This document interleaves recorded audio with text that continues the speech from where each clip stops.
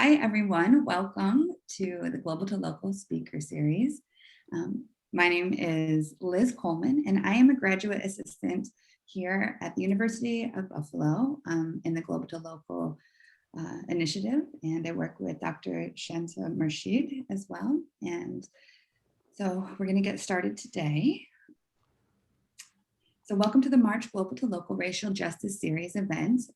We have a link in the chat to our feedback form, which we will include again at the end, but we would be grateful for your feedback.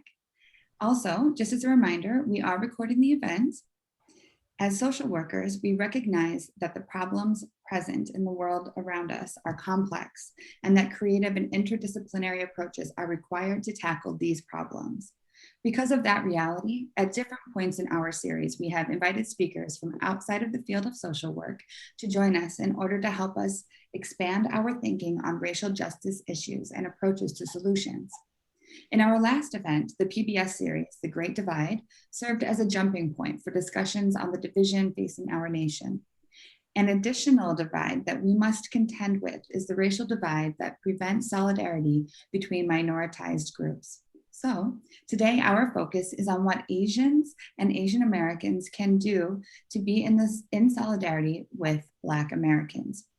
We acknowledge the history of racism experienced by Asians and Asian Americans and recognize that racism and marginalization are often politicized to divide groups apart.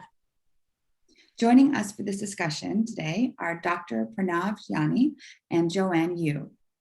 Pranav Jani is Associate Professor of English at Ohio State University, where he is part of the South Asian Studies Initiative, Asian American Studies, and is affiliated faculty in various departments, including African American and African Studies and Comparative Studies.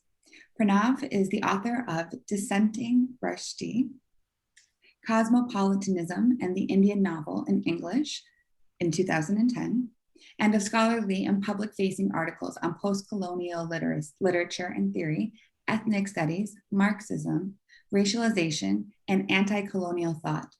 His current book manuscript studies racial, anti-colonial, and nationalist thought in colonial South Asia through the lens of the 1857 rebellion. Pranav is also a longtime social justice activist in Central Ohio.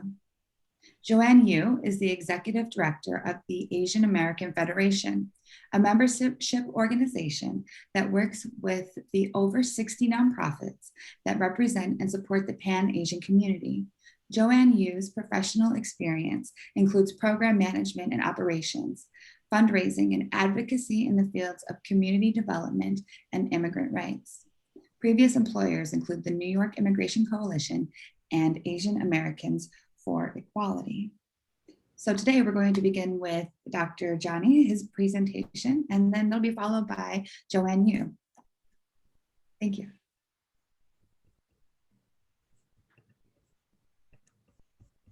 All right, thanks so much. I hope people can see the screen with the PowerPoint. Okay, and so in my presentation is called Black Asian Solidarity, Roots, Possibilities, and Obstacles, and seeing the configuration of the panel with myself and with Jo-Ann Yoo involved in nonprofit organizing, community organizing, I thought I would focus especially on questions of history as opposed to just focusing on the questions of the now, right? And I thought that would be my contribution to the panel. So first of all, I just want to thank the organizers, Dr. Murshid, for inviting me, for Liz, and for everyone else who put this together, and for my co-panelists for being on this very timely and important panel. So let me I'm just figuring out I just have to make sure this thing works. Okay, right. Everyone can see it, okay. All right, so the broad question I'm asking, and I'm asking you to keep this in the back of your mind. I'm not gonna answer it, but I think how you answer this question will probably shape how you hear what you hear today. And I think it'll be good for future thought. It's sort of a framework question. is really, what do we mean by solidarity? And how does it relate to another term that's out there? Actually, I would say more prominently out there at times, is allyship. And how are these connected? Now, to my mind, solidarity is something very deep. Solidarity is something about mutual and intertwined liberation. Allyship, to me, feels sometimes like it's voluntary. You know, maybe you'll be an ally, maybe you won't. It seems to lead maybe to a little bit of a savior complex of supporting. At the same time, it has the advantage of centering the oppressed and saying, just because you're in solidarity, you're not just simply the same, right? Solidarity sometimes, the way some people talk about it, can sound like it's a will to power almost. I'm in solidarity with you, damn it. You know, so we're together, and the person's kind of like, I don't really feel that. So, you know, I think we need to think about these terms. How do we imagine our relationship to others? And then the questions I want to get into, what social and historical forces have shaped these relationships, including those imaginings, including how we think about it. So I'm going to point to a place where I told you I'm going to go into the scholarly more than the activist, but here's a place where they came together. And I want to use an example from something that happened there. So in January 2015 at the MLA convention, a place that's usually not known for protest, some of us, faculty of color, graduate students of color, organized an event called Ferguson to MLA. We had a rally, we had a march, we had open mics. We wanted to bring the spirit and the sense of urgency that was emerging in the first phase of the Black Lives Matter movement in the summer and fall of 2014 into that space, right? And it was a fantastic and quite memorable event. Now, at that event, I was standing outside the door, encouraging people to come in, and a Black colleague passed me, and he said, "So, Asians are now interested in Black lives, right?" And we had a little bit of a dialogue, and he didn't want to come to that rally. Now, I would have wished he would have come and said what he had to say at the open mic, but he chose not to come, and that's fine. Now, I'm raising this question, and I've written about this elsewhere. I'm raising this question because this is the kind of question that's quite common when you try to do solidarity efforts. And it's easy to get insulted or to feel like, well, I'm doing all this work and whatnot, and it's easy to start thinking about yourself. And what I want to say is actually we should first understand the question. We actually have some work to do in thinking about where this question comes from. But then I want to say we also should move towards answering the question. So understanding the question is about recognizing the disinterest and disregard, the anti-Black racism, the performative solidarity, the apparent retreat into the desire for whiteness that has characterized much of the Asian American community when the question of Black lives comes up. You know, and acknowledging that, acknowledging the impact of the model minority myth, which not only was created to divide and conquer, to create a set of good people of color and bad people of color, right? But the fact that it actually does work. It actually does work to divide and conquer, that many of us internalize this idea that we are the model minority, right? So there's a material difference in the relationship between US Asians and those impacted by the generational inequities and traumas of slavery, but there's also a perceived material difference, because of course we know that there are working class Asians, there are Asians who are not simply, you know, making it or whatnot. So we have to understand where this kind of question comes from and almost expect that this kind of question is going to come up, because as I'll say again and again, solidarity is hard work. It's not just a will to power. But then we have to answer the question that Asians are and should be interested. You know, we're going to do the work to be interested, to make our community interested. We should say, yes, we're interested as people of color who have our own experiences of racism and our own legacies of struggle. We're not erasing ourselves to build solidarity. We're actually bringing those histories into it. We can point to, and I hope to contribute to this, a long legacy of Black and Asian solidarity globally and over the centuries. And then finally come from understanding that the histories of slavery and colonialism are intertwined and provided the basis of the modern capitalist world that we have around us. And I want to get into some of that Next. And so, oh, that's the next slide, as promised. Historical roots of Black Asian solidarity. So, and I've given a talk on this. I'm going to give you a quick, just a very quick rundown of it. That these histories of colonialism, settler colonialism, slavery, and the rise of industrial capitalism are linked. And I want to suggest that understanding this helps us a lot in the present day. From the 15th to the 19th centuries, Spain, Portugal, the Netherlands, England, France, and the US accumulated land and wealth through their actions in the Americas, in Asia, and in Africa, openly grabbing the land, direct and indirect colonization, genocide, enslavement, and compulsory labor. For good reasons, we sometimes split slavery, colonialism, and settler colonialism into different regions and continents. But these were actually simultaneous and intertwined processes. And the spoils were so massive that the empires fought one another, whether through wars or through treaties, for dominating the land and the people, displacing each other, but also accumulating wealth within Northwestern Europe that in time lays the basis for industrial capitalism. So just to take one example of how you could have one empire in different systems. So I'm going to look at the Dutch East India Company in the 17th century, okay? Now, if the Dutch are not, you know how you have a heroes of like the villains of history, like you have like a Hall of Fame? If the Dutch are not there, put them there. They have a lot to answer for, okay? So if you just look at this map, they're everywhere, right? But sometimes they're involved in trade. And that's the main, their navy is their strength. Sometimes they're involved in trade. Sometimes it's direct colonization, like in, I hope it's not too small, in the Dutch East Indies and elsewhere, where they do settle, they do intermarry with the local population. There's all kinds of stuff going on. And then there's places like South Africa, where they're entrenched over centuries, right? The Dutch descendants are the Afrikaans, the Afrikaners who give us the South African apartheid. Right. And so there's a little bit of a spectrum here. In parts of Southeast Asia, they're doing direct slavery, direct enslavement. So slavery, settler colonialism, we're trying to put them together. In the colonizer's mind, it's all part of the same system. They know it all fits together. We're trying to put it together from the other side. Let me give you another example about how displacing colonies actually still accumulate wealth. Right? So if you take these European settlements in India, 1498 to 1793, we usually don't think of colonization in India in 1498, right? But if we do, if we look at it, you see these different cities, and I don't know how much you can see, but the flags represent how different cities are then displaced by the next European empire that comes into power. So on one hand, they're fighting each other.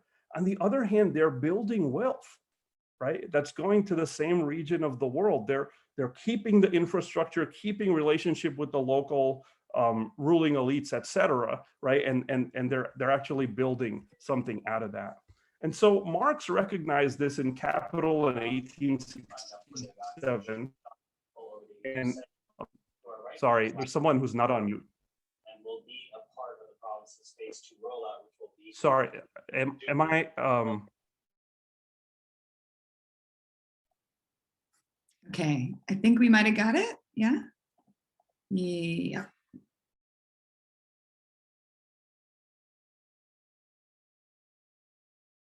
Okay, can you hear me now? Yes, Pranav. Yes. Okay, so so I gave you a nice red slide for the Marx, all right? So Marx says in Capital, the discovery of gold and silver in America, the extirpation, enslavement, and entombment in minds of the Aboriginal population, the beginning of the conquest and looting of the East Indies, the turning of Africa into a warren for the commercial hunting of black skins, signaled, he says sarcastically, the rosy dawn of the era of capitalist production. Now, if you've heard me speak before, you've heard this quote before, but it's not out there wide enough, so I keep pumping it out.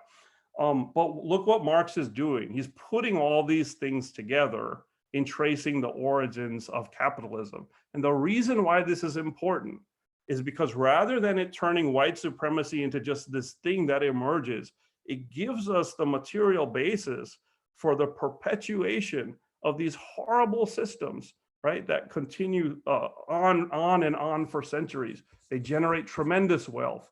In 1936, W.E.B. Du Bois in Black Reconstruction says the same kind of thing, but builds on it. By that time, remember, Marx was writing before the scramble for Africa.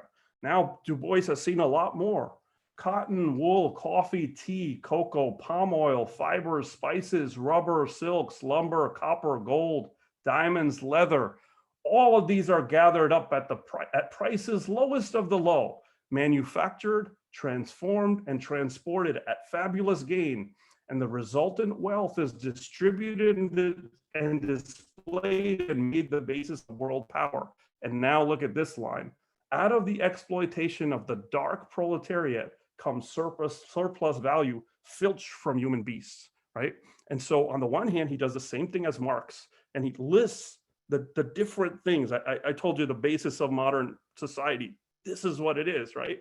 Think about all the things we use and where they're made and how we got them, you know? But then he's connecting it to this idea of the people of color, to use a contemporary term, working class, as being the basis for that generation of wealth. And so I'll move through these quickly, but we're familiar with it, the extent of World War II. I was talking about the origins of capitalism. Well, as things are established, this actually continues. It's not that it slows down, right? By the end of World War II, I mean, if you think about it, the countries that we see as models for democracy are the same countries that ruled over people undemocratically, over millions of people for centuries, right? And built on that as they moved ahead. So what I'm trying to lay out here is like this is the material basis for a kind of global white supremacy, right? And I'll talk about that in a minute. I want to add and to think about, broadly speaking, immigration, migration, whether we're talking about refugees, at gunpoint, or we're talking about people who are have an economic gun to their head, where we think sometimes they chose to migrate, but actually they felt their home was no longer fit to live in. What would it take to live in a place for generations and to break those ties and to say, I need to go somewhere else? And what kinds of things are involved beyond the individual desire, right? And if we think about those things, then we can see how those things are, how imperialism is linked to immigration and linked to migration. The phrase that ethnic studies scholars use, that immigrants' rights, people use, we are here because you were or you are there, right? These two things are connected. I just want to give you one example to it, which makes which gives a historical connection to what we were just talking about, is the way in which the end of the slave trade actually generates an explosion of indentured labor, right? So in 1833, the same time when they abolished slavery in Britain, they renewed the East India Company's charter to intensify colonialism in India. I'm just taking one example. There's so many examples. And so that map gives you a sense of it, right? So basically empire has all this put together, right? They're shifting labor from one another. We're kind of like, wait, some are black, some are Asian. What should we do? Empire is like, we've got this figured out. Chinese indentured labor, there's many histories linked to this. Lisa Lowe in Intimacies of Four Continent talks about this. The first the vessel containing Chinese indentured labor, coolies, right, quote unquote, enters the Caribbean, crosses the Atlantic at the same time that the British are passing, laws to end slavery, right? And just think about the hypocrisy of that. So it's in these contexts that white supremacy entrenches itself in laws, in ideas, in science, in history, right? Laws solidifying the equation of black as slave, right? And therefore inferior, continuing beyond the end of slavery. Manifest destiny, mythologies of empty land, white man's burden, the yellow peril, right? This is an image from the Chinese Exclusion Act. And you can see what I'm trying to do is weave these histories that we often talk about quite different as being part of the same process. There's a cartoon, it's being recorded. I'm not going to spend that much time into it in this, but it's just another example. It's from 1899 of how they know it's all connected, right? It's Uncle Sam around the time of the Spanish-American War, teaching these unruly dark children they're all labeled by Philippines, Guam, Puerto Rico, Cuba, right? And then in the back, there's other children who've now learned their lesson, and they're the states coming out of the wars with Mexico. In the back, you have a black man, cleaning the windows, right? And then you have a Native American in the back who's got his book upside down as if he could never be educated, and then a Chinese person outside wanting to come in, right? They're doing it with humor, but they're not being ironic. They're actually talking about this as the way of the world, right?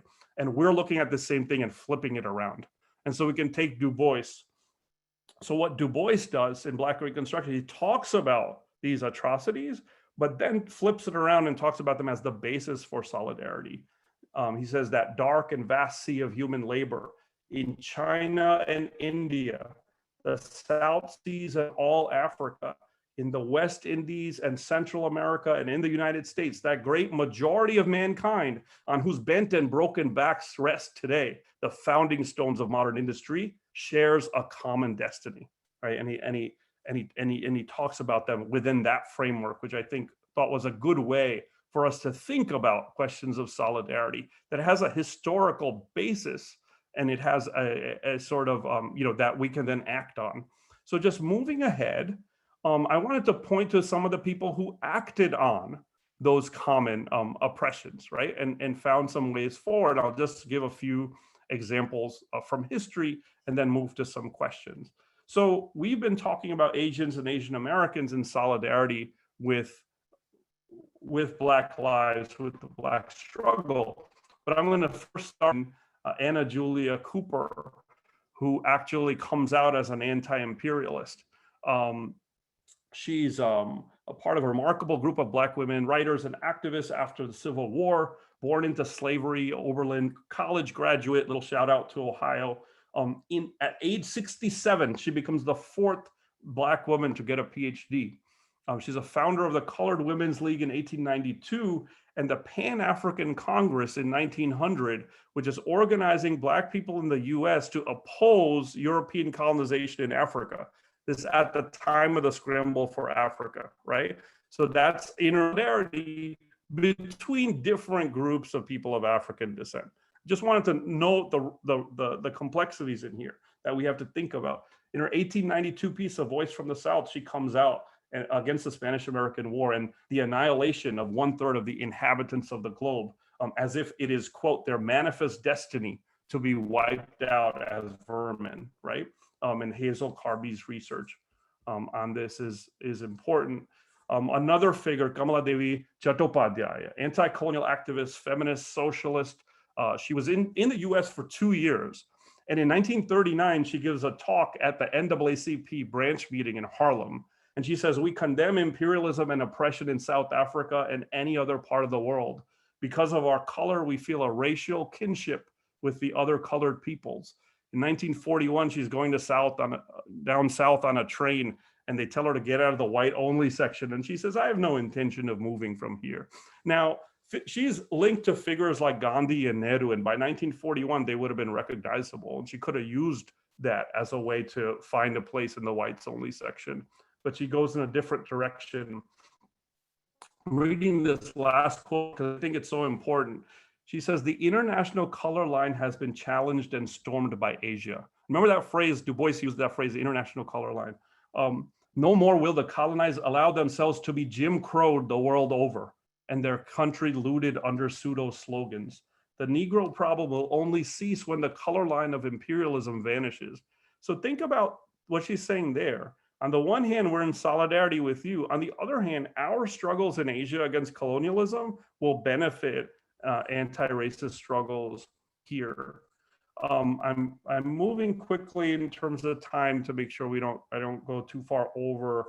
But Grace Lee Boggs, there's so many examples you can choose. But a Chinese American activist and philosopher, active in the Black Power movements of her time, in Detroit, particularly the 1967 Great Rebellion. She's working with CLR James and the Trotskyist movement, an incredible figure, an example of what solidarity looks like and actually means. I'm giving two examples that connect with the histories I talked about before.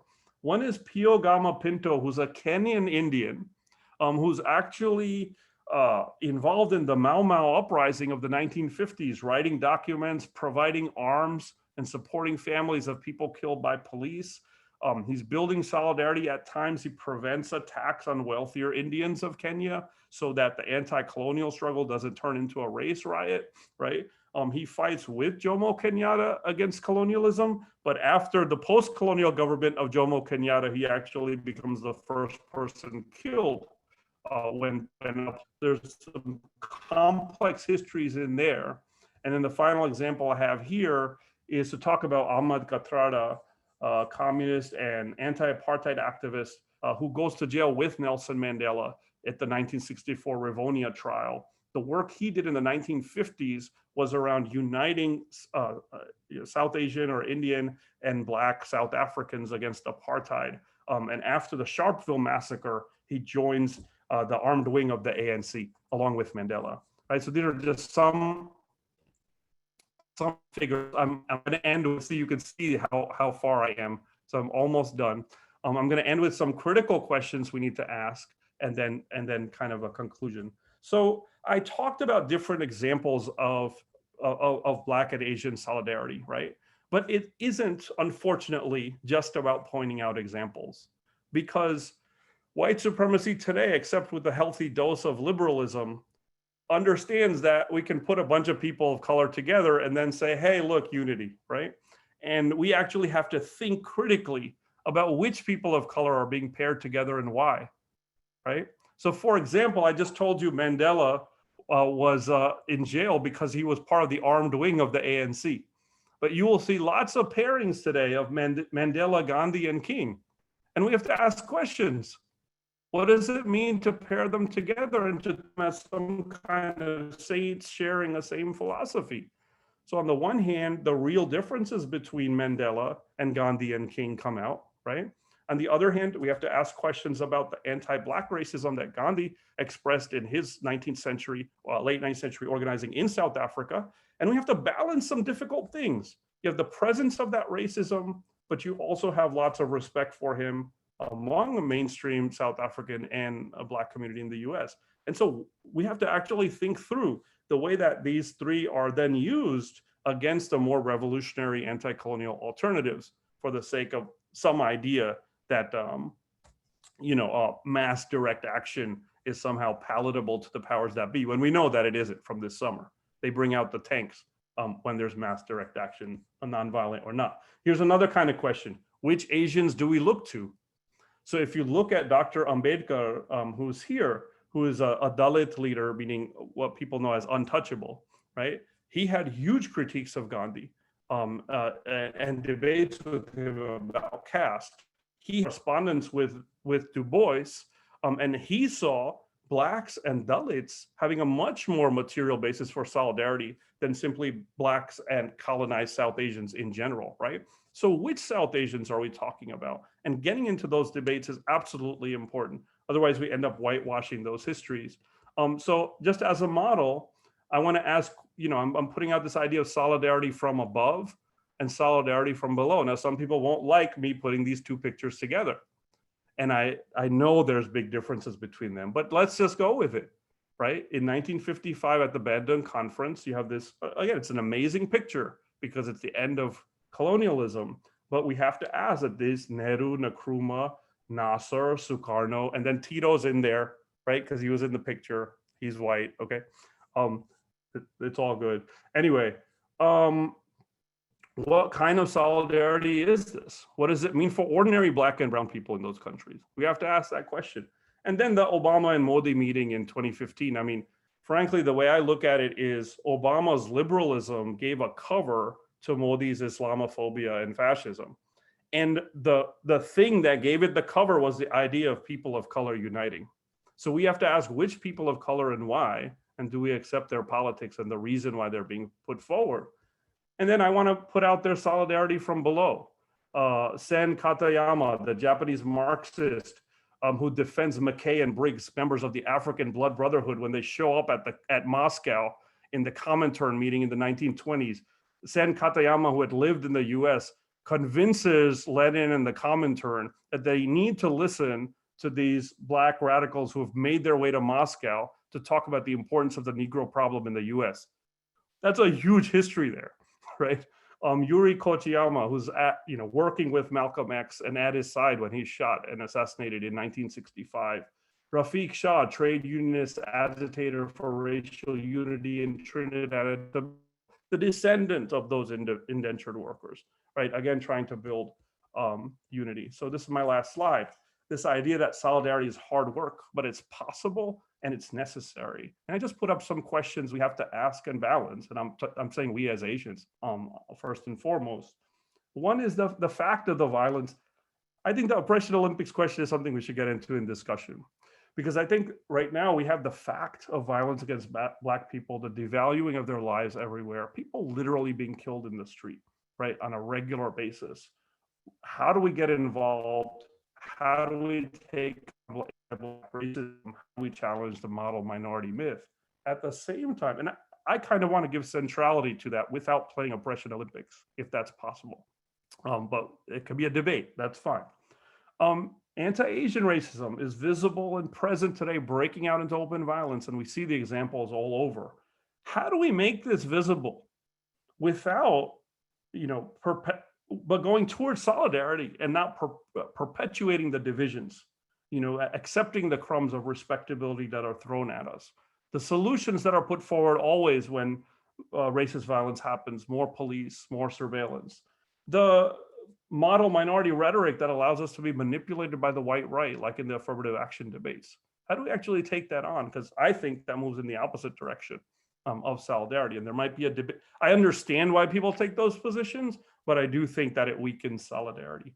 And then finally, just thinking about, that it's hard, that the differences are real, and divide and conquer works even within activist communities.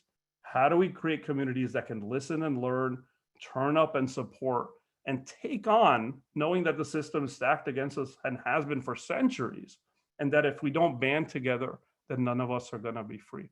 So I'll end with that. Thank you so much. Thank you so much, Dr. Pranav Jani. Thank you.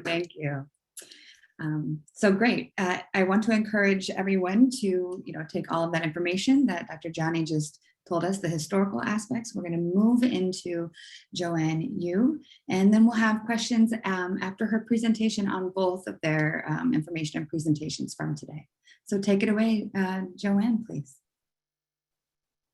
Good afternoon, everybody. It's so great to share the space with you. I get to see my old friends, Isak and Uksu, who I constantly throw under the bus with everybody. They talk about, who do you know in Buffalo? And I was like, I know these two professors, and they will do all things for you, right? So I'm sure, I know that you were a huge help to my staff when we were doing the census work, and we continue to tell everybody that's like, you're probably going to be our northmost point.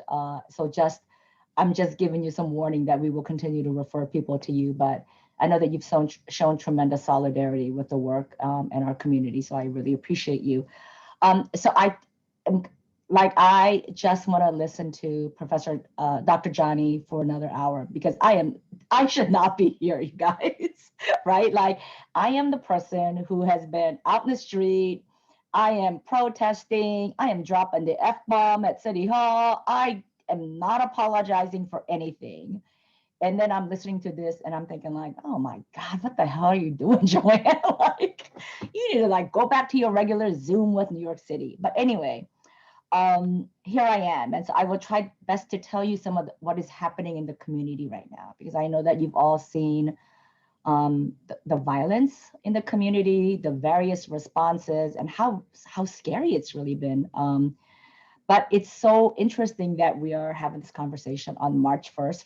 For those of us who are Korean, we know the significance of the March 1st, the date, because it was a day of our when the students came out to fight colonialism. And one of my ancestors was the prime figure. And so March 1st is always a little bit of a reminder for us of sometimes you take it to the street, right? Like, you can fight many ways. So, recently I saw, for me as a Korean American, I saw the amazing documentary about Geronimo, who was a Cuban leader, and understanding that history of how Koreans were tricked into going to Mexico and going to Cuba to escape their poverty, to work in the sugarcane fields, which was not any better than what they had in Korea. And so how they also contributed to the economies of South America, and they ended up coming here. So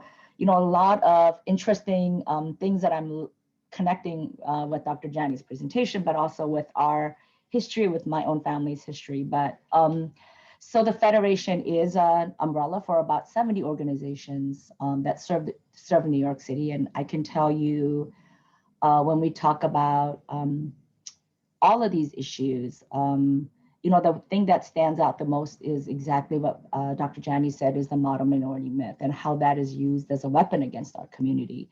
And then sometimes I get the perpetual foreigner, right? Like, you are for sure like, where are you from? Where are you really from? Because your English is really good, right? And so like, I have friends in the social justice movement, and when we get together, we actually say, how many times did you get asked that this month, right? And so I've been telling people, I think it's all of what is happening has really emboldened me to just call things out, because as the kids say, silence will not protect you, right? And so I've said to people, I'm either your model minority that you're going to use to oppress Blacks and Latinos, or I'm your perpetual model, perpetual foreigner, I don't belong here. So you kind of need to pick a racist trope and stick with it for me to be able to figure out how to navigate all of this, right? For New York, for me, when I think about all of this in solidarity, the thing that I'm most proud of in New York City is our work with the Nonprofit Stabilization Fund. That was a fight we had with New York City. It was a city council fight. We knew how important our nonprofits were to our community and our city, and they're that's a profession. They're job creators, they're economic contributors, and yet we were always under-resourced. And so we fought to get money to fund capacity building in our nonprofits. And so that was a fight for like, I would say like there were 3 years when we got nothing. Like, we would go in there and say, we want our $5 million. And then we would look and we got nothing. So it was like 3 years in the making. And then finally we got money. We're making progress. And through that work, and so then, we would scramble and ask all our friends all over the country, have you guys seen this model? Because we don't know how to roll this out, right? And they said, no, but we love that. We've never seen it. It's the first of its kind that is given from the city council to the umbrella groups to be able to build capacity for Black, Latino, Asian nonprofits, recognizing our important contributions. So through that, for me, it's always, when we talk about anything that has to do with communities of color, it's always, my two partners are Hispanic Federation and Urban League.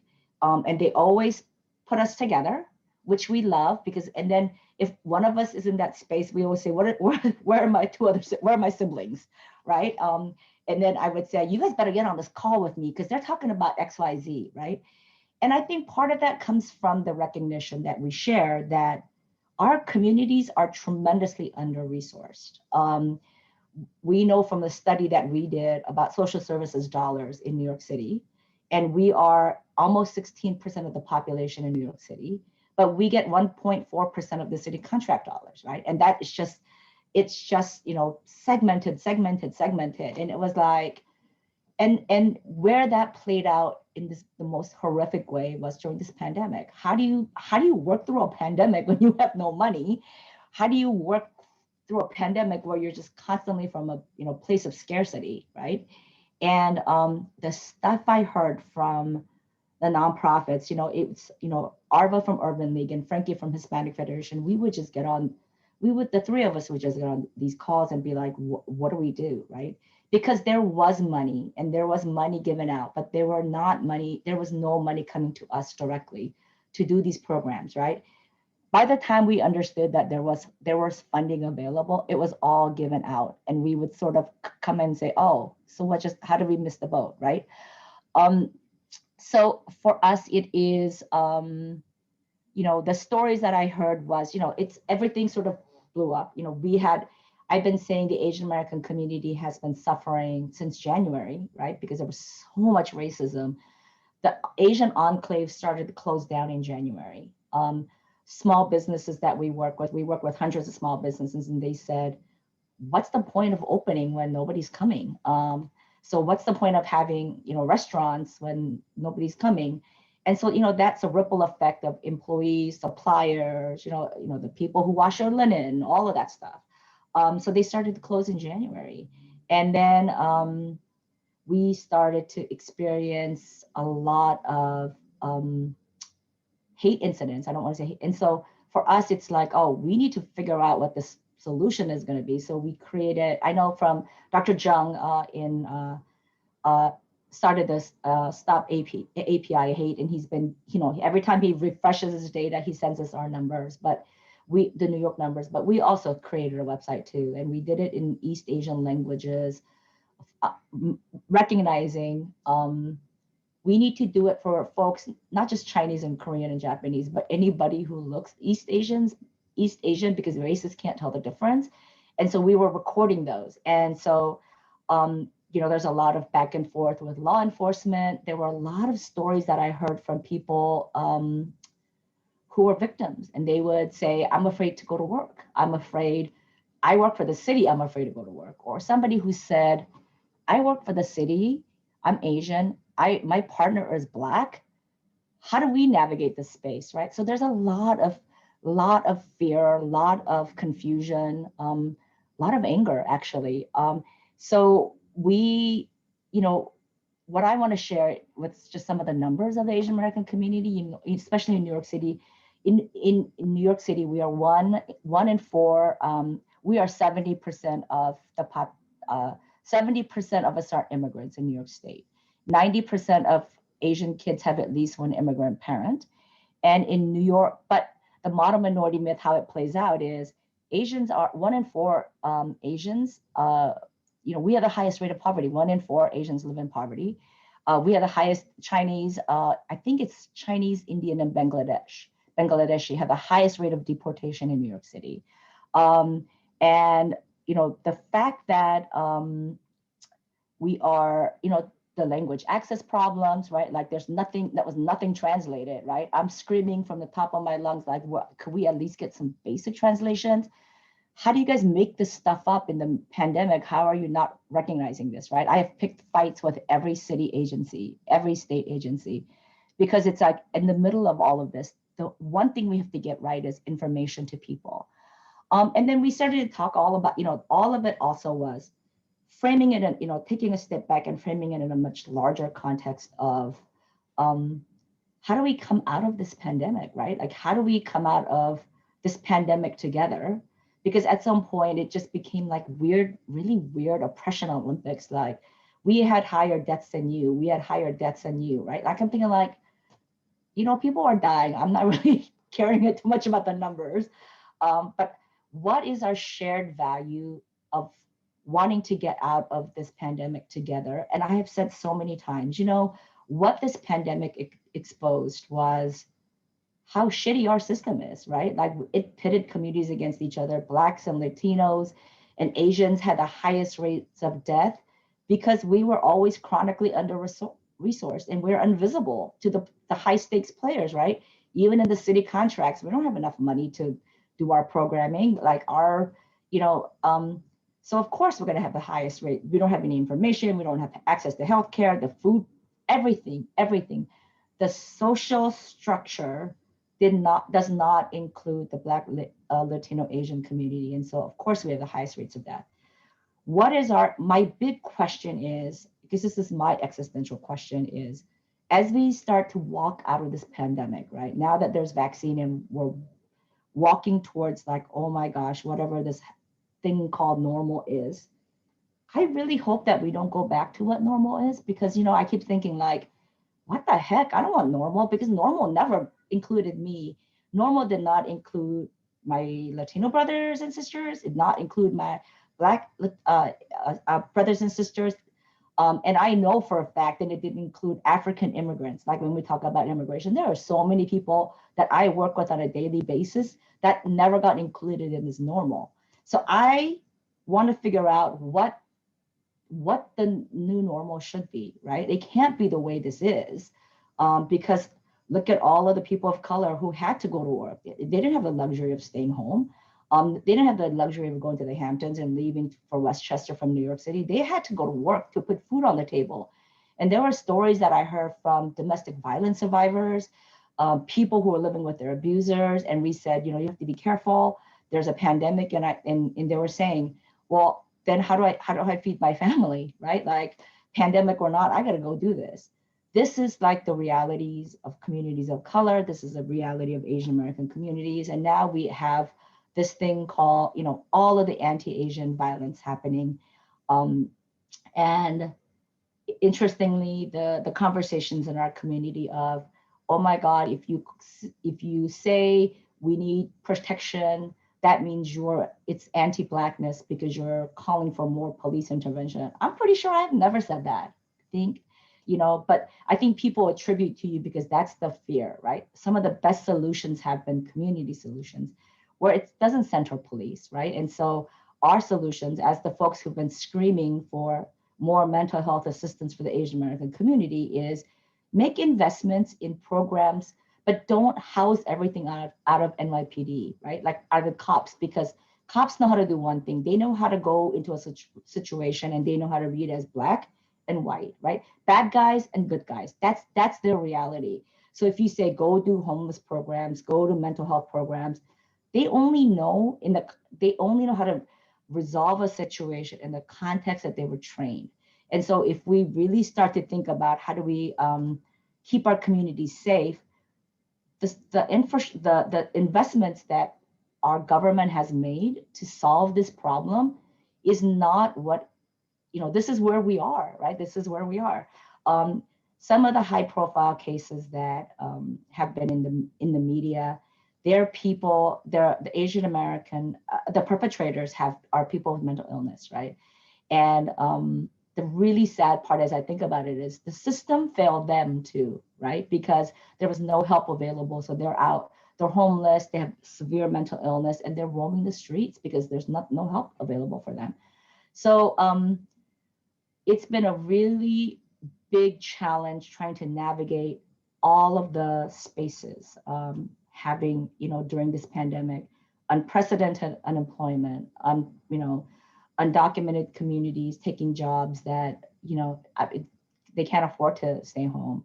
And then all of the racism we've, for our community, we've seen this before, after 9/11, and then the Muslim ban, right? Like in our community, we say like, we've seen this playbook, right? We've seen how this looks and it's so scary. So we're trying, our organization, we're tiny little, we're 10 people, trying to do the work of, trying to combat, the infrastructure that refuses to see us. But I think, and I will say that, our biggest supporters have been the leaders from communities of color. I mean, they're always my go-to, right? They're the people that we get on Zoom and we have separate texts because we need to, process what everybody's saying. That's my community. And it's been a challenge, but it's been, it's been great understanding our solidarity, right? Like who stands with us. And sometimes the people who don't stand with us are often people who look like us. And that's also been a very painful reality as well. And I'll stop there and, that's it from New York, guys.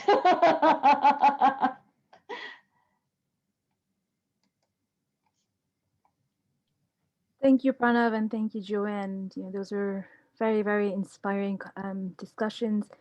And we're going to open up to questions. Everyone take a minute or two to think. You don't have to respond immediately. I know it becomes difficult to do that after such intense talk about what's happening in the world today and taking that historical perspective. So take a minute and you can use the chat and I will read out the questions, or you can unmute yourself and ask questions.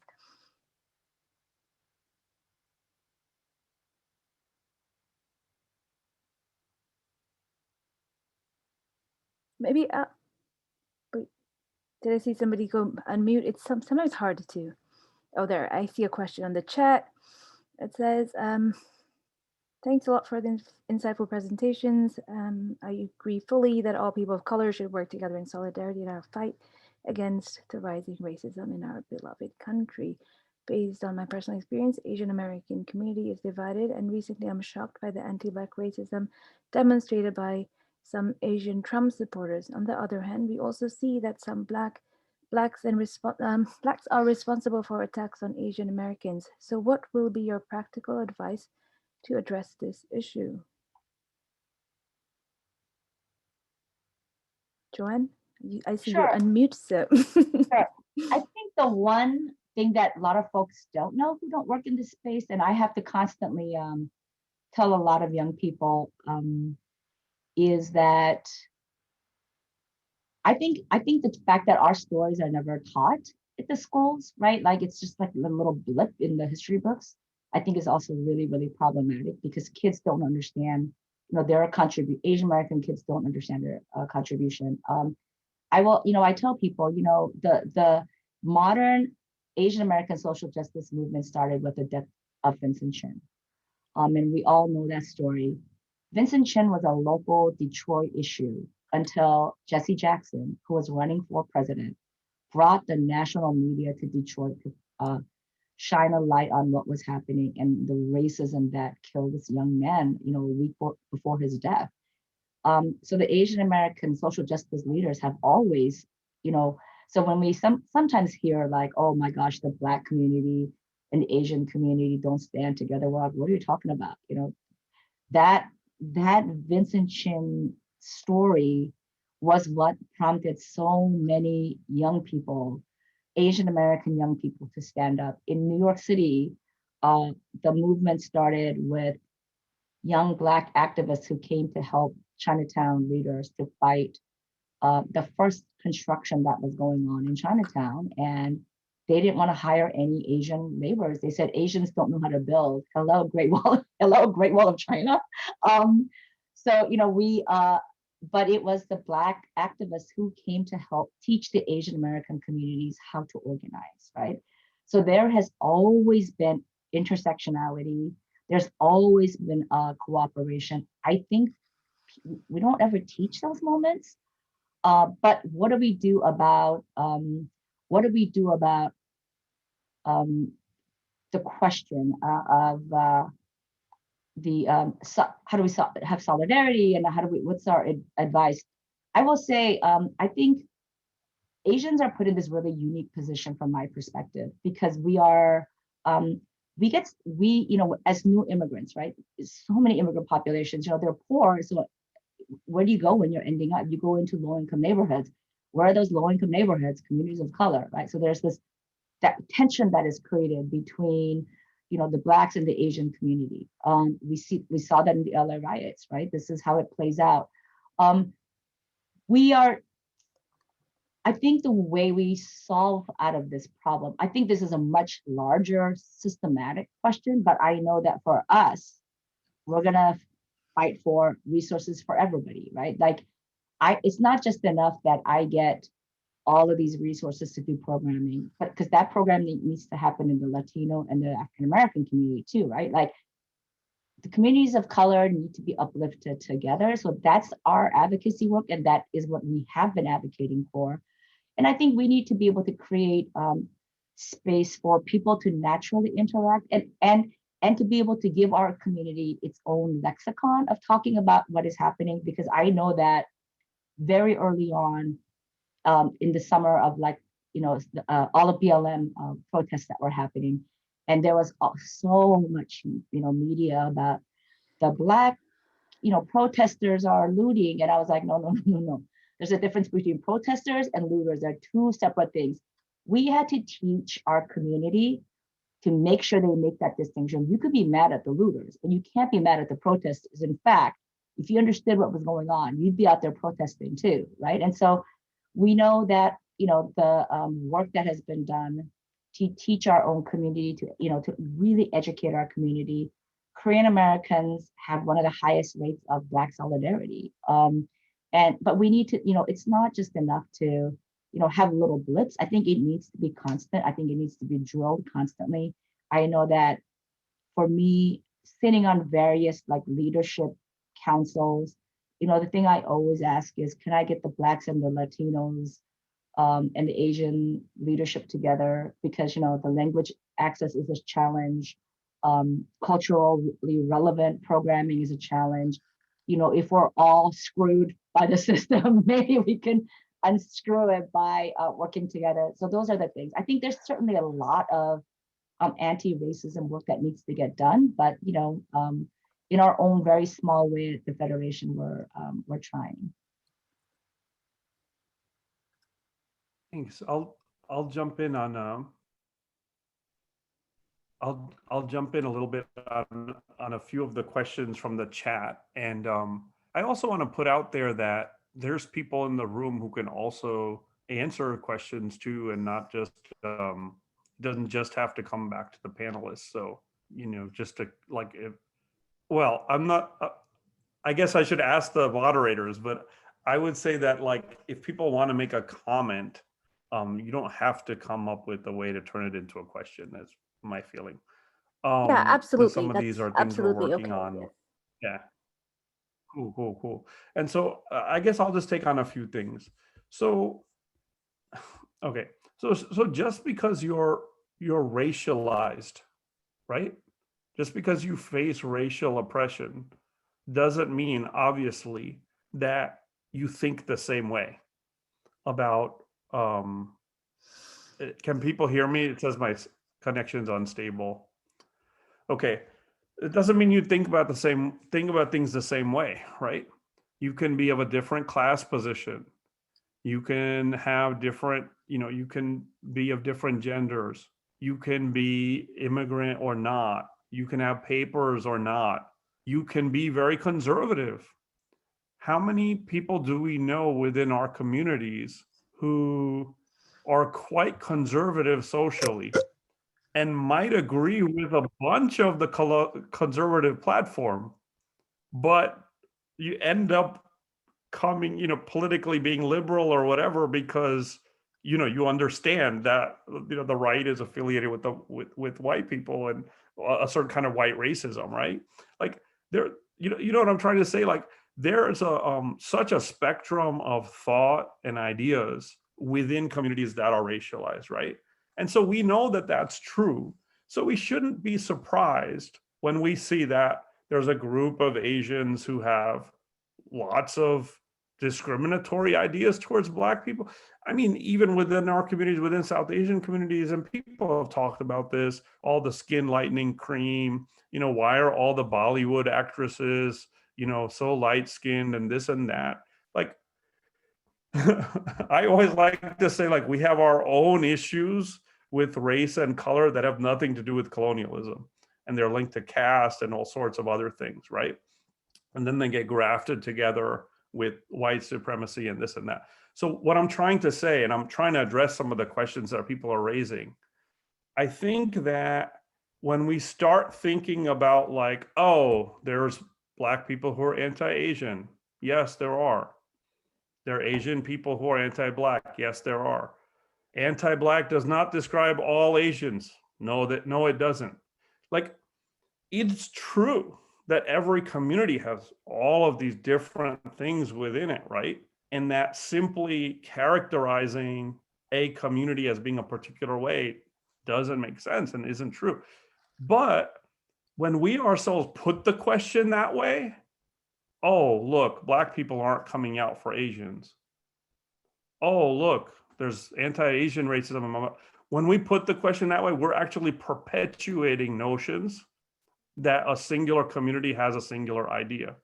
Instead, I think what we need to ask ourselves is, what are we doing to change that? Because I guarantee if there's anti-Asian violence, right, there might be some Black people who don't care about it, but there are Black people who do care about it.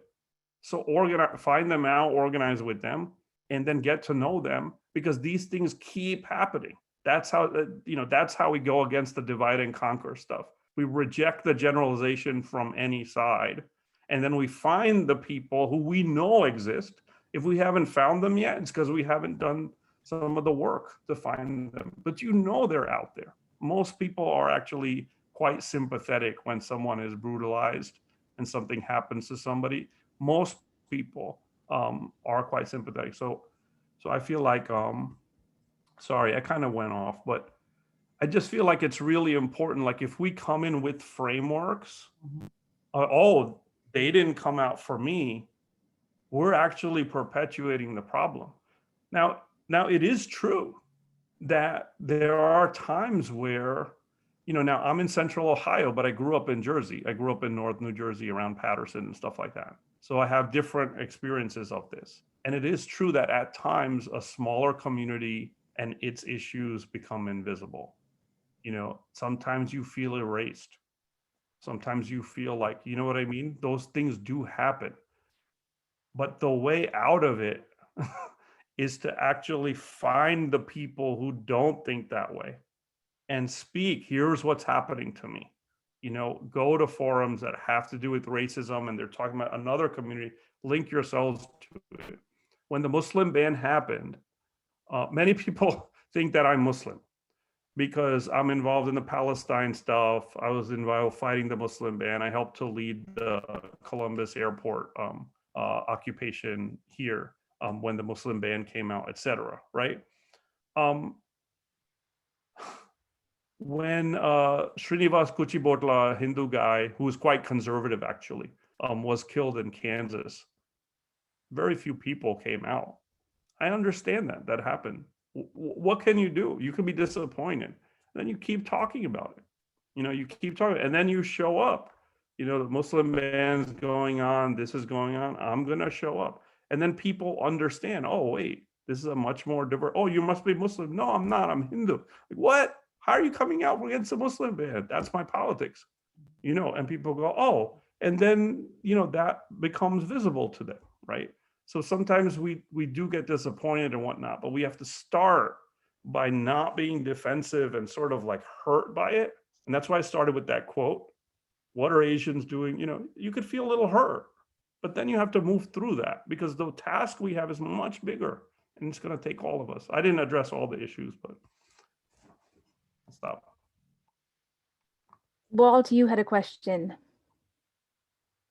I just typed it in because I thought maybe I could be more articulate that way. But this is, I think, maybe a question for both of our speakers today. But Professor Jani was mentioning categories like caste, and just I'd like you both to reflect on what's gained and what's lost when we treat Asian Americans as a monolithic whole. I can see obviously that it gives you numbers. And I often advocate because about 35% of the UB population is Asian heritage. And, it's the largest, it's a very substantial part of the population. It's the fastest growing community in New York State.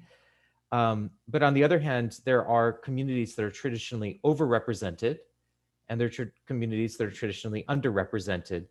And, so how do we add that nuance, or how do allies add that nuance in their advocacy more generally? And I gave some examples there about caste, which is something I'm more familiar with. But, for example, there are communities like the Hmong and other groups who, are not represented in academia, again, the setting that I know best.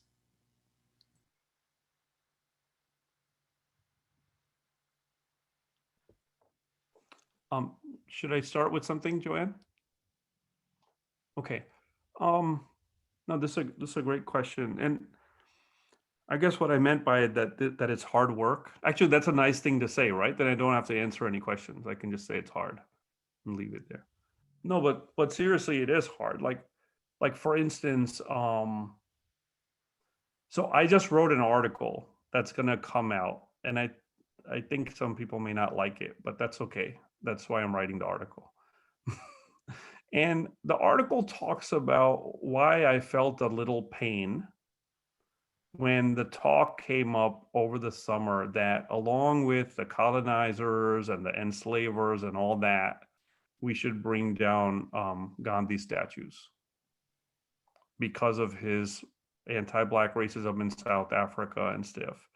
And I felt pain, but I didn't feel I should speak about it because it could end up sounding like I'm covering for Gandhi, right? So there's a lot of Dalit critiques of Gandhi. There's, Black activist critiques of Gandhi, etc. And I wrote this article to try to think through. That's why it's a little bit dangerous, because people will take it different ways.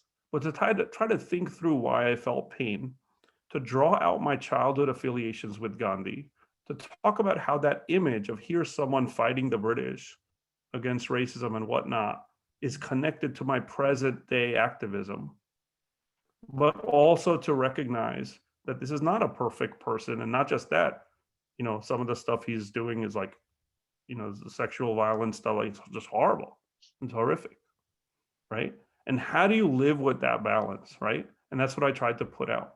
So I think that, and my risk there was not to undermine the Dalit criticisms of Gandhi, the anti-racist criticisms of Gandhi, but at the same time to speak a truth that is within me, right?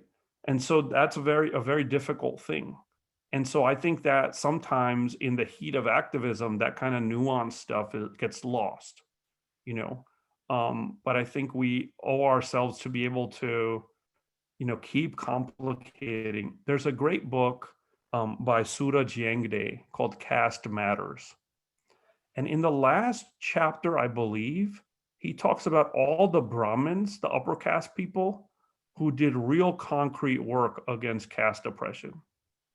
I'm from a Brahmin family.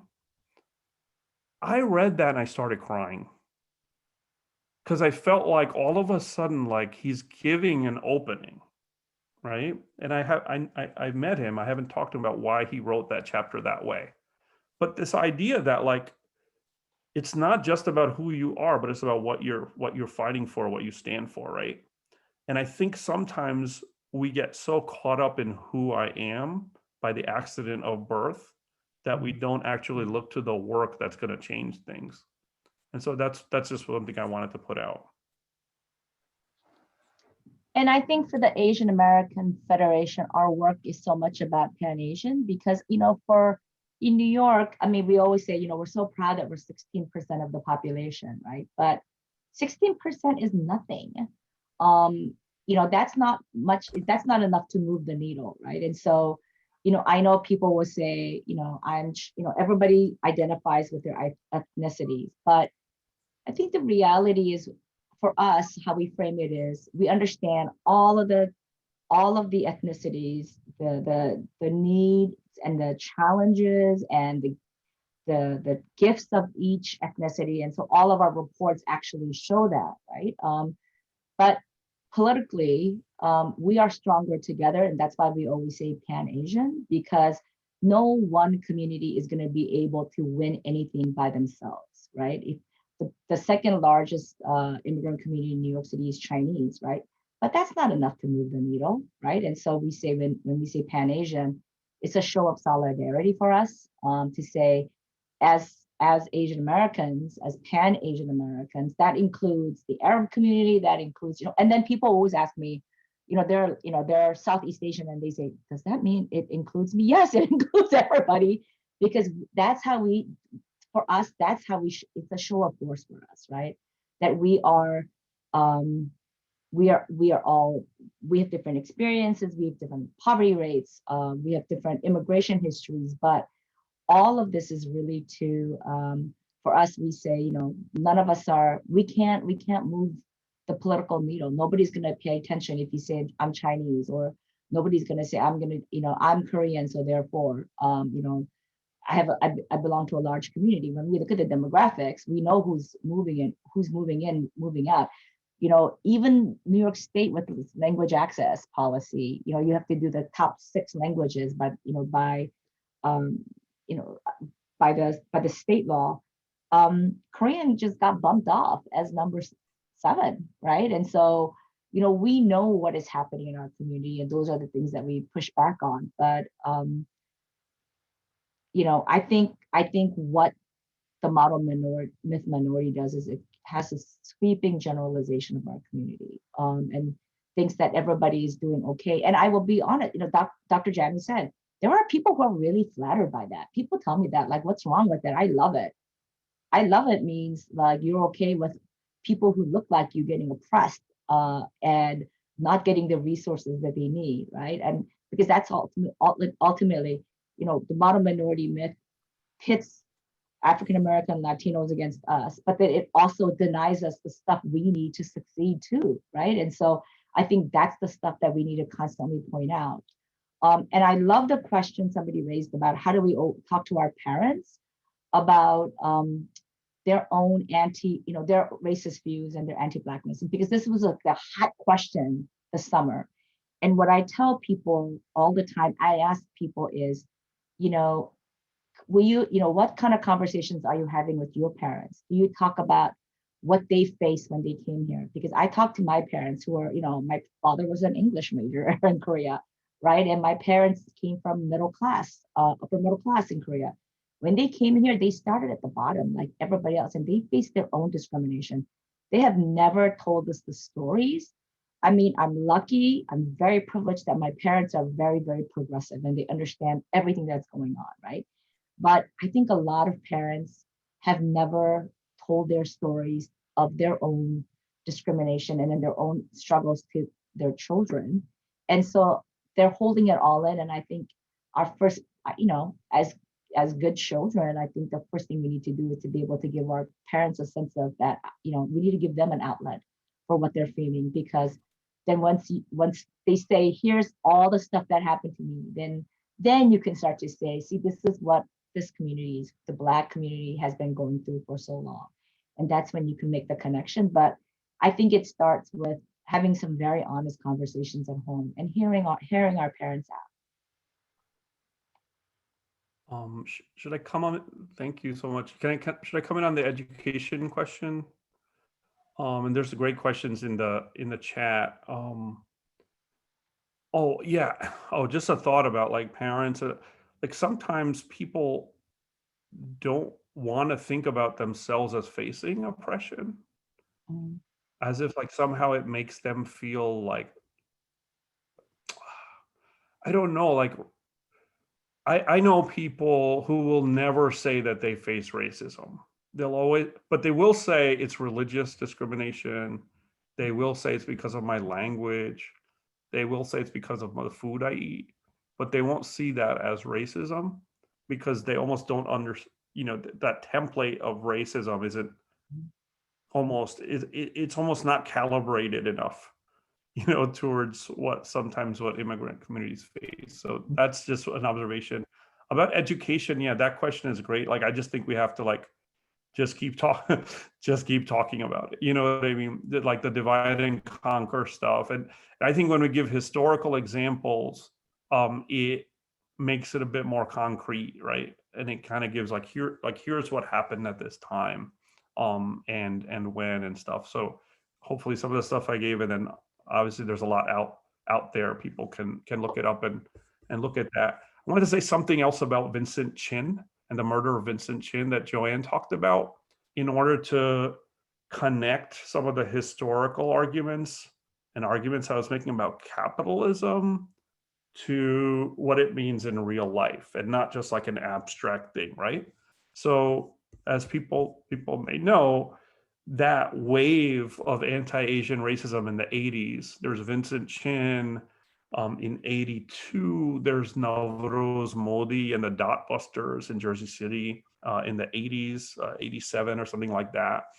And that whole period of the 80s around Vincent Chen, it's like this anxiety. He's killed by people who work at Chrysler, and a laid off auto worker, who basically blame, Vincent Chen, who was Chinese, for the rise of the Japanese auto industry and the displacement of American auto workers, right? So the way in which immigrants can be regularly scapegoated for the failures of the American economic system, as people get chewed up and spit out, right, by a profit-driven system which doesn't care about them as well at all, right?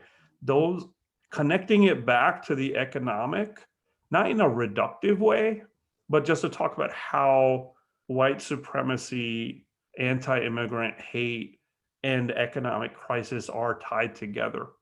It doesn't have to be an economic crisis for there to be racism. So that's not what I'm saying. But I'm saying, like, when we look at that Vincent Chin example and the spike in the 80s, right? That has everything to do with the system that's not working for tons and tons of people, and then immigrants become the scapegoat. So that kind of scapegoating sometimes then gets used to pit Blacks and Asians against each other too. Someone asked, where does this racism come from? Well, if you think about what Trump did, people talk about his support for the white right and white supremacy and all that, of course, right? But he actually made some pretty deliberate attempts to reach out to Black Americans and scapegoat immigrants. And to be like, my work on the border wall and all that, the Muslim ban and all that, is in order to give jobs to our people, in which at times, again, we don't necessarily think about him that way, but if you read Trump, he often says our people, who include Black people. He'll try to make that turn. Obviously, most Black people said, no way, forget it. But that's how he tried to make that appeal.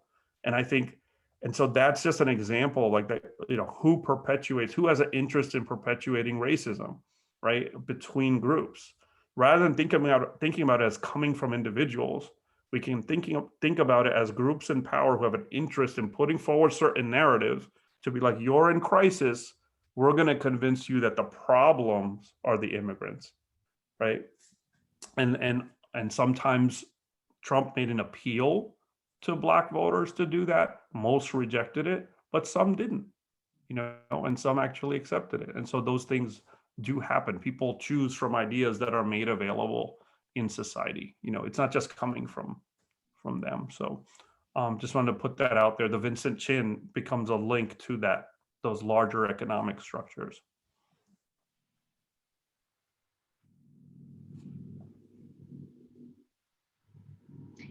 And I guess my fear in all of this is that, as I sit and think about all that's happening in New York and to the Asian American community, the anti-Asian incident, the hate incidents, it's going to be somebody else's turn soon, right? I just keep thinking, when is this wave going to be over? My God, like, how many times, our seniors going to be afraid to go out and to get, be somebody's punching bag, right?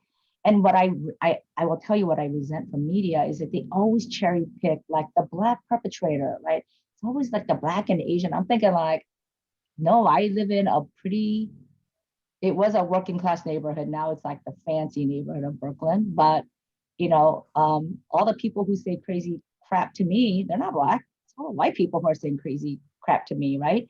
I think I tell media all the time, please be careful on what you cherry pick, because you, in some way, you endanger a lot of people, and you cherry pick that story to fit this fight that sometimes isn't there. But then you give the impression like, oh my God, it's like all the Black people killing all the Asians, and oh my God, like I'm thinking, what are you talking about?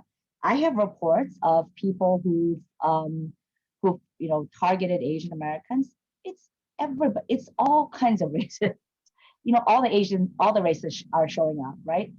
We need to be very careful of that. And so as I think about this, I think about, man, it's always somebody in this thing called structural racism. It's always somebody who's a target, right? We could never say, you know what, this is all, we've had enough. None of us have, we need to all say that together, because I was thinking, man, during the 80s, during the AIDS crisis, then it was like all of the LGBT, the gays, like, and people were saying horrible things. And then with, the Trump and the border, it was like the Latinos, and, now it's the Asians. It was a Muslim man, and now it's always somebody getting targeted in this country. Like this thing called structural racism, somebody's always a target and a scapegoat, right? And this is all under, what the Black community has been facing since they've been here. They were forced to come here, right?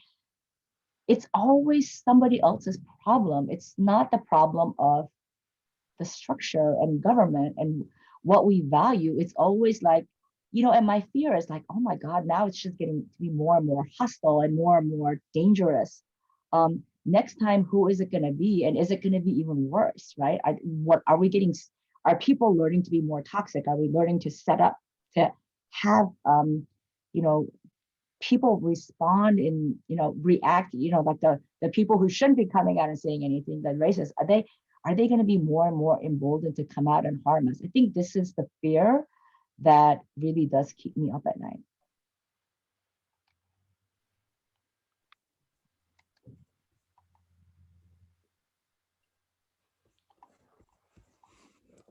To add one small dimension to it, and then I'll stop and ask for other voices. The perpetual state of war that the United States is in also links to this, right? Like this, so we got another bombing of Syria before the minimum wage. Is anyone actually surprised? Because war is a bipartisan thing, and so war requires the demonization of Muslims and people in the Middle East, and that goes hand in hand. The geopolitical fights with China have everything to do with anti-Asian racism at home, right? And so this idea that over there is over here, but typically when Democrats conduct wars, the anti-war movement's a lot weaker. Or if you talk about fighting militarism and imperialism, people will be like, hey, that's not our issue. We need to worry about the thing around the corner. And I understand where that comes from. But to tell you the truth, those two things are linked together, right? Because the minute you can talk about people in this country as, the foreigner, who's the outsider, it's about a global situation, right? So the local and global, well, look at that. It's a little connection to the local and global title, okay? But seriously, those things are interconnected. And so I'm just raising this as a point that maybe we can think more about, but very often, like, how do we connect? And it becomes a bit more of a challenge. As Martin Luther King found out when he spoke out against the Vietnam War, people came out against him and said, how dare you? That's not our issue. You have to focus on domestic issues at home. And he was like, no, I mean, there's a great example of solidarity. What he says about the Vietnamese people in that essay, looking at them from the point of view of what they're experiencing, right? What they might be experiencing and what we do to stop that. The consciousness of that essay is just tremendous. It's called Beyond Vietnam, if people want to look it up. They don't teach you that on MLK Day, right? Talking about education. It's just more about, I have a dream. But what about Beyond Vietnam? And the solidarity that he shows and the connection between racism at home and an imperialist agenda abroad. Now, it's hard in our movement work to necessarily bring all of that to the table, but in our consciousness and our education, we definitely need to, I think, because then it just perpetuates. And I think also, one of the factors to, being such a international city is, as new immigrants can come in, they're used to living with, people who look exactly like them, right?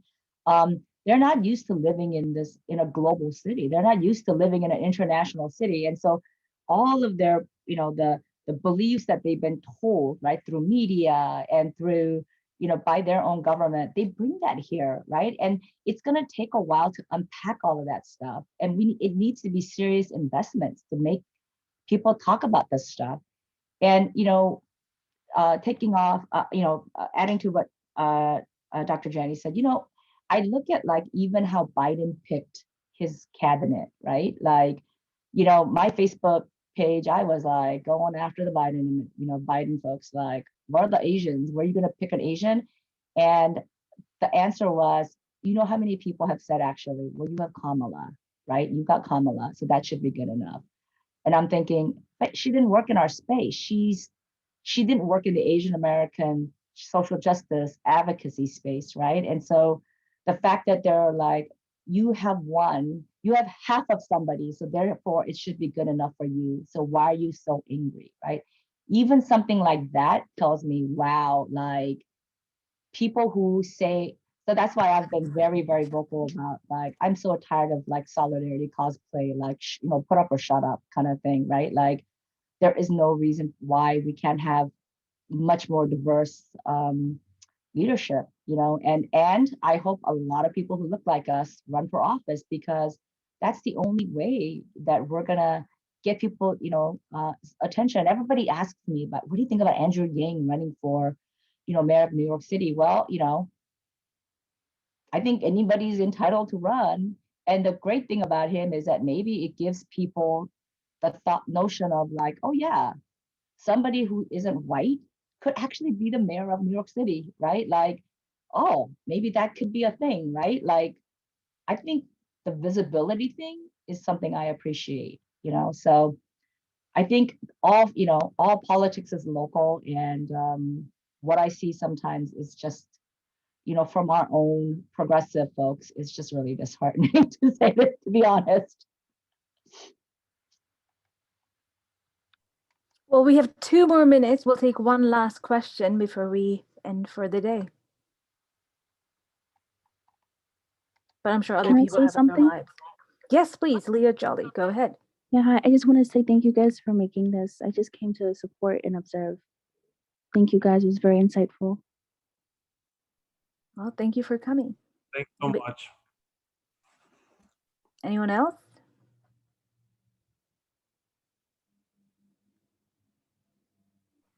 Well, I'm just going to add, thank you so much, Jo-Ann and Pranav. This was so amazing. It's hard to have these conversations, and particularly on Zoom, because I think these conversations are probably best served in person, when you can look one another in the eye. But this was really wonderful. I'm sure I speak for everyone when I say we all learned a lot, and thank you also, I think, for really pointing out that racism isn't a personal, individual level issue. It's something that's produced by structures that are beyond the individual, and I think that's one thing that people struggle with. I think some of the questions also link to that. Like, how do we address individuals? And that is part of the story, but also, it's so important to think about structural change when we think about ending racism. So thank you for also providing that history that allows us to go there. But last comments from both of you, and then we'll say goodbye. But hang around for a few minutes if you just want to, chit chat. Pranav, you're unmute, so you can go first. Should I go first? Okay. Just as a last comment, yeah. So thanks again to the organizers and to everyone who came, and everyone who asked questions. And naturally, obviously, we can't get into every single thing, right? And some of the stuff is so specific that it actually, you could almost hear in some of the comments that a lot of conversations, this should be hopefully part of many conversations that happen, because just a panel can't take up everything. There's also, I'm just going to emphasize one of the things I said in my talk is the stuff about, there's a lot of debates, right? The question of representation, the question of visibility. And, it's like, on the one hand, it does matter so much, like, to me personally, you know what I mean? That little clip of Kamala Harris and somebody like making doce or something, like, I couldn't help it. Like, I put aside my socialist stuff and I was moved. I couldn't help it. I was like, it's getting national attention. Holy, like, I couldn't help it. And at the same time, like, we know the limits of that, right? Like, from studying post-colonial history, Black and brown ruling classes replaced the Europeans and then did the same thing to the Black and brown working classes they ruled over. And so the limits of representation is also very much there in front of us, right? People aren't talking about Condoleezza Rice that much right now, because what she stood for matters too. Even as we say it was important on some level to have a Black woman as Secretary of State at that time, right? Like, what she stood for matters as well. So So I think these questions about thinking about people of color, thinking about solidarity, but then what do they stand for? What are their politics?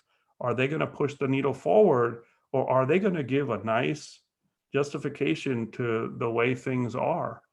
That's just more multicultural now. These are real questions that we have to keep asking. Anyway, thanks so much, and yeah, thanks for the opportunity.